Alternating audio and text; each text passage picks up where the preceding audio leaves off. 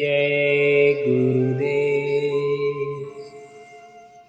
प्रेत योनि का विधान।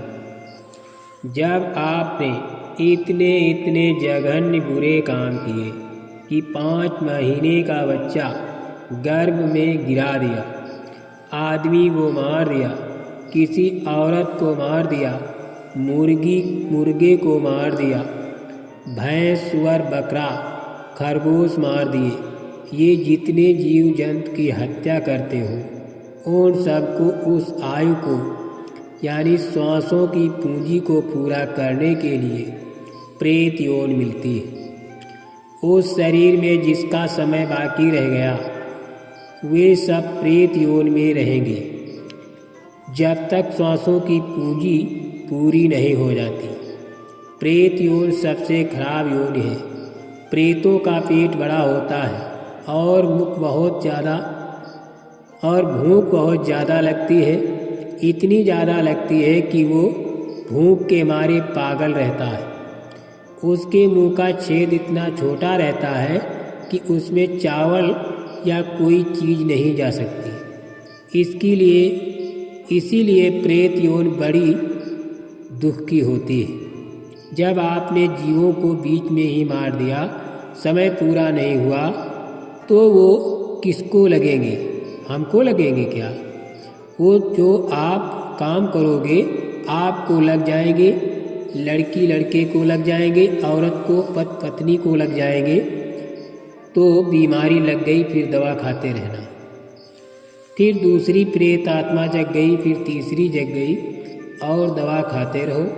यही सब होता रहेगा और अच्छा नहीं होगा।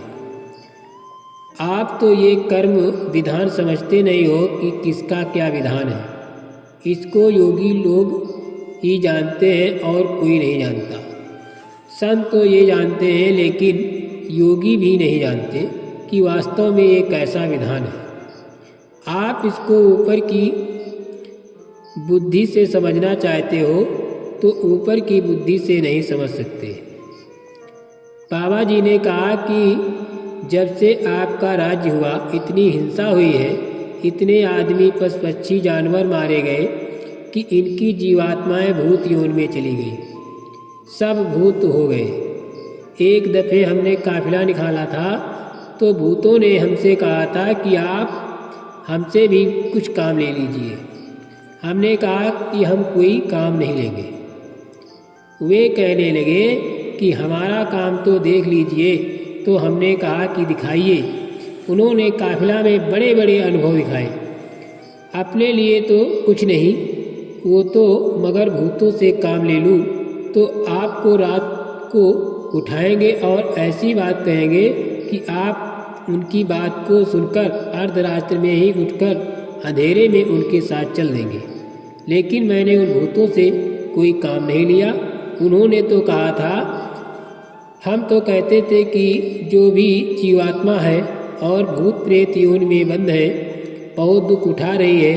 काशी में जिन पर भूत लगा था वो लोग गए थे और उन्होंने वहाँ पूरे दिन परिक्रमा लगाया।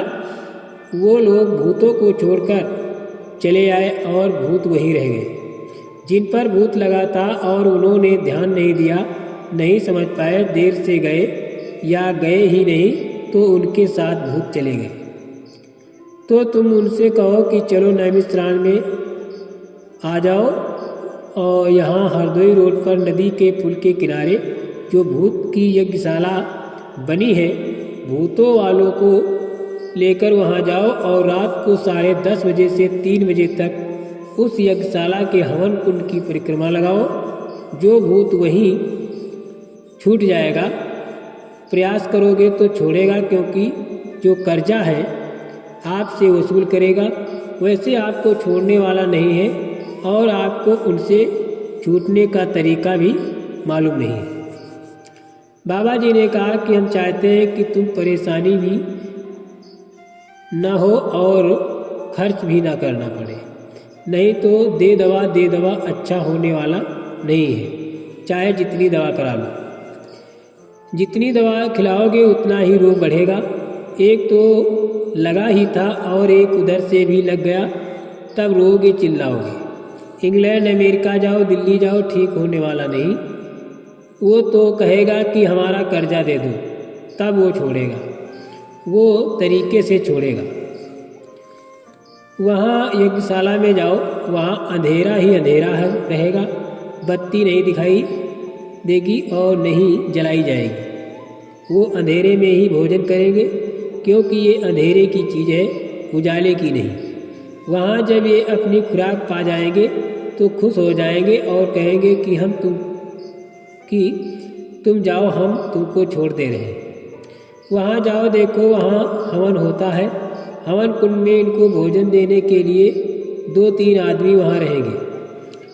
उसमें जो धुआं उठेगा वही उनका भोजन होगा। जब वो भोजन करेंगे तो वहाँ तरह तरह के अनुभव करोगे। वहाँ भोजन कराने वाले से कह दिया है कि उनसे डरेंगे नहीं। वे ऐसी चीज़ दिखाएंगे कि आप हैरान हो जाएंगे। मैं आपको यही मंच से बता देता हूँ। वहाँ है तो बहुत, लेकिन आपसे बोलेंगे नहीं। तुम लोग उनको देखोगे तो डर जाओगे। इसलिए उनसे प्रार्थना कर रखी है कि किसी को डराना वराना नहीं।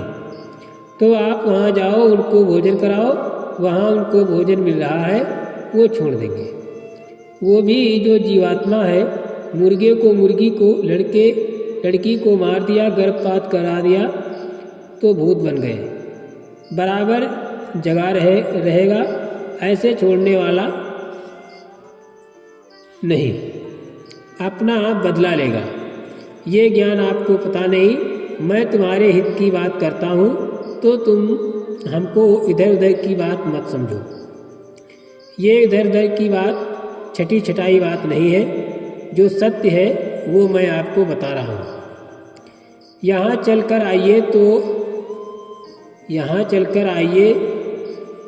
आए हो तो आपका एक भी नुकसान होने वाला नहीं है। यहाँ तुम खा रहे हो, खर्च करते हो, इन सब का 100% से ज़्यादा तुम अपनी खेती, दुकान, दफ्तर में ले लो। लेकिन इसके लेने का तरीका है जो बीमारी में, तकलीफ में, कोलाहल में जो तुम्हें लाभ होगा वो मुफ्त। जय गुरुदेव।